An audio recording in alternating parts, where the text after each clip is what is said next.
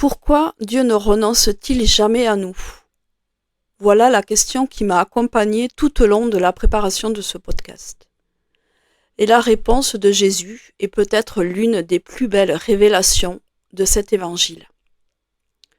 Bonjour et bienvenue dans Infusion biblique, le podcast de la chaîne Chemin de foi, qui te propose chaque semaine un temps simple pour laisser la parole de Dieu descendre doucement dans nos cœurs et nous préparer ensemble à la messe du dimanche.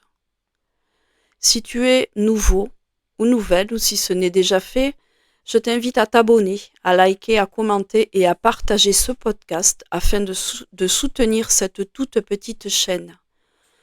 Et cela m'aide beaucoup dans mon travail. Tu peux aussi partager en commentaire la manière dont toi, tu reçois ce texte aujourd'hui. Ici, la parole est une, mais sa réception est plurielle. Pourquoi Dieu ne renonce-t-il jamais à nous?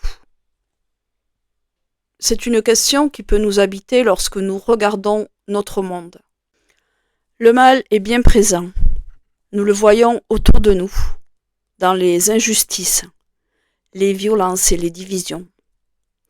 Nous le rencontrons aussi dans notre propre vie, dans les informations, mais aussi à travers nos fragilités, nos blessures, nos péchés et notre société. Alors une question surgit presque naturellement. Pourquoi Dieu n'agit-il pas immédiatement? Pourquoi laisse-t-il le bien et le mal coexister?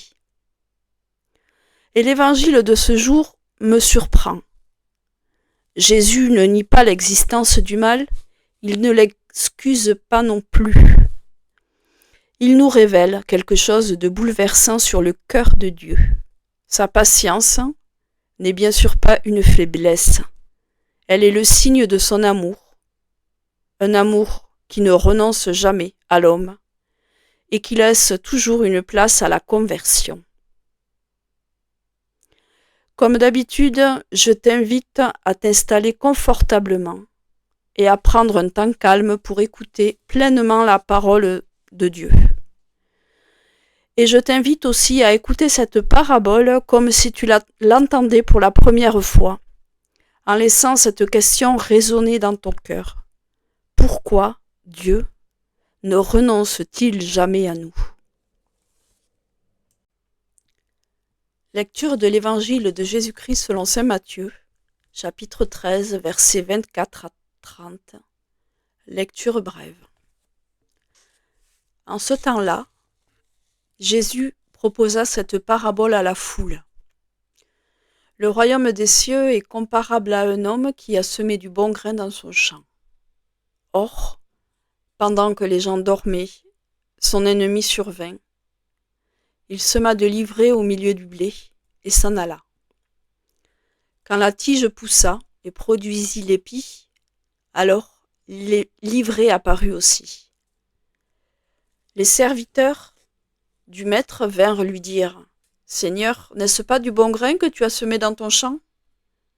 D'où vient donc qu'il y a de l'ivraie ? » Il leur dit : « C'est un ennemi qui a fait cela. » Les serviteurs lui dirent : « Veux-tu donc que nous allions l'enlever ? » Il répond : « Non.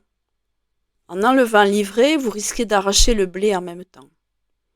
Laissez-les pousser ensemble jusqu'à la moisson. Et au temps de la moisson, je dirai au moissonneur : enlevez d'abord l'ivraie, liez-la en botte pour la brûler.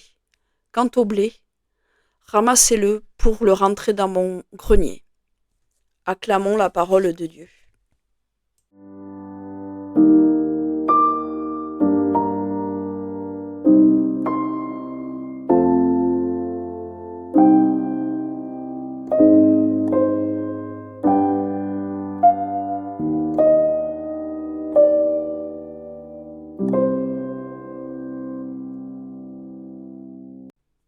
Jésus commence cette parabole par une image toute simple. Un homme qui sème du blé dans son champ. Tout semble annoncer une bonne récolte. Pourtant, pendant que les gens dorment, un ennemi vint semer de l'ivraie au milieu du blé. Ce détail est important pour moi. Jésus ne dit pas que le maître a semé une mauvaise graine. Non, au contraire. Il insiste sur le fait que le grain était bon. Le mal ne vient donc pas de Dieu. Il est introduit par un ennemi qui agit discrètement, la nuit, dans l'obscurité, puis qui disparaît. Et en préparant ce podcast, j'ai découvert quelque chose qui m'a beaucoup surprise. En effet, l'ivraie est une véritable plante, appelée aussi zizanie. Au début de sa croissance, elle ressemble tellement au blé qu'il est presque impossible de les distinguer. Ce n'est qu'au moment où les épis apparaissent que l'on découvre sa présence. Cette précision, pour moi, donne une profondeur nouvelle à la parabole. Le mal ne se présente pas toujours comme quelque chose d'évident. Il peut grandir silencieusement, se mêler au bien, passer inaperçu pendant longtemps, avant de révéler ses fruits. N'est-ce pas aussi ce que nous expérimentons dans notre propre vie ? Nous aimerions parfois que tout soit simple, d'un côté le bien et de l'autre le mal. Pourtant, notre réalité est bien différente. Nous portons en nous des élans vers Dieu, mais aussi des fragilités.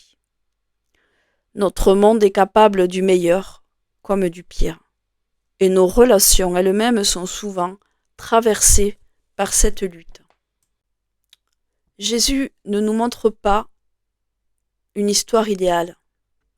Il nous regarde avec réalisme. Dans notre monde, le bien et le mal coexistent, véritablement. Ils grandissent côte à côte.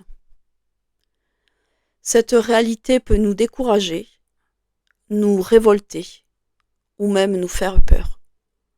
Pourtant, Jésus ne s'arrête pas à ce constat. Car la véritable surprise de cette parabole ne vient pas de l'ennemi sournois qui agit la nuit. Elle vient bel et bien de la réponse du maître. En effet, lorsque les serviteurs découvrent l'ivraie, leur réaction paraît pleine de bon sens. Ils vont voir le maître et lui demandent « Veux-tu donc que nous allions l'enlever ?» Au fond, leur réaction est aussi la nôtre. Face au mal, nous voulons agir vite. Nous voudrions que tout ce qui est mauvais disparaisse immédiatement. Nous aimerions un monde où le bien l'emporte enfin et sans attendre.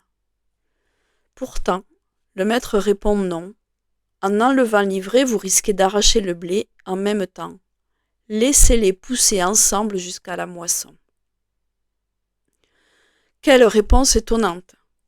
Le maître voit le mal. Il sait qu'il a été semé par son ennemi. Il ne l'ignore pas, ne le minimise pas non plus. Pourtant, il choisit d'attendre. Alors, pourquoi ? Parce que pour lui, le blé est infiniment précieux. Il refuse de prendre le risque de le perdre. Ici, peu à peu, Jésus nous révèle le cœur de son Père. Un cœur qui prend son temps et qui ne se précipite pas pour condamner, qui nous laisse toujours une place pour la conversion. Comme le rappelle la tradition de l'Église, celui qui semble aujourd'hui éloigné de Dieu peut encore accueillir sa grâce et changer de vie. La patience de Dieu n'est donc pas une faiblesse. Elle est l'expression de son amour. Un amour qui ne renonce jamais à l'homme. Si Dieu nous laisse ainsi du temps, ce n'est pas pour repousser son jugement. C'est parce qu'il ouvre devant chacun de nous un chemin de conversion et d'espérance. Cette patience de Dieu n'est pourtant pas un temps sans fin. La parabole nous rappelle qu'un jour viendra la moisson. Un jour où le Seigneur fera toutes choses dans la vérité, et séparera définitivement le bon grain de l'ivraie. Mais aujourd'hui n'est pas encore le temps de la moisson. Aujourd'hui est le temps de la grâce, le temps où Dieu continue de nous rappeler, de nous relever et de nous offrir la possibilité de revenir vers lui. Cette patience n'est pas seulement une révélation du cœur de Dieu, elle devient aussi l'invitation pour chacun de nous à revenir vers lui. En écoutant cette parabole, nous pourrions penser que Dieu attend presque parce qu'il hésite ou parce qu'il tarde à agir. Mais Jésus nous révèle ici une toute autre réalité. En effet, si Dieu patiente, ce n'est pas parce qu'il ignore le mal. Ce n'est pas non plus parce qu'il le tolère. C'est seulement qu'il regarde chacun de nous avec les yeux d'un père. Il voit bien ce qui dans notre cœur a besoin d'être purifié. Il connaît nos blessures, nos chutes, nos infidélités. Pourtant, il ne nous enferme jamais dans nos fautes. Il nous laisse du temps, le temps de grandir, de revenir, le temps de nous laisser transformer par sa grâce. Cette parabole nous invite aussi à regarder les autres autrement. Combien de fois avons-nous pensé qu'une personne ne changerait jamais? Combien de fois avons-nous porté un jugement définitif sur quelqu'un, ou même sur nous-mêmes? Pourtant, Dieu, lui, continue d'espérer, là où nous avons parfois cessé d'espérer. Il est le seul à connaître toute l'histoire d'une vie, le seul à savoir que sa grâce peut encore accomplir des miracles dans nos cœurs. C'est pourquoi Jésus nous invite aujourd'hui à lui faire toute confiance, à ne pas nous décourager devant nos lenteurs, à ne pas désespérer de ceux que nous aimons, et surtout à accueillir avec reconnaissance cette patience infinie que Dieu nous offre. Parce que tant que dure le temps de cette vie, Dieu ne cessera jamais de nous appeler. Il ne renonce jamais à nous.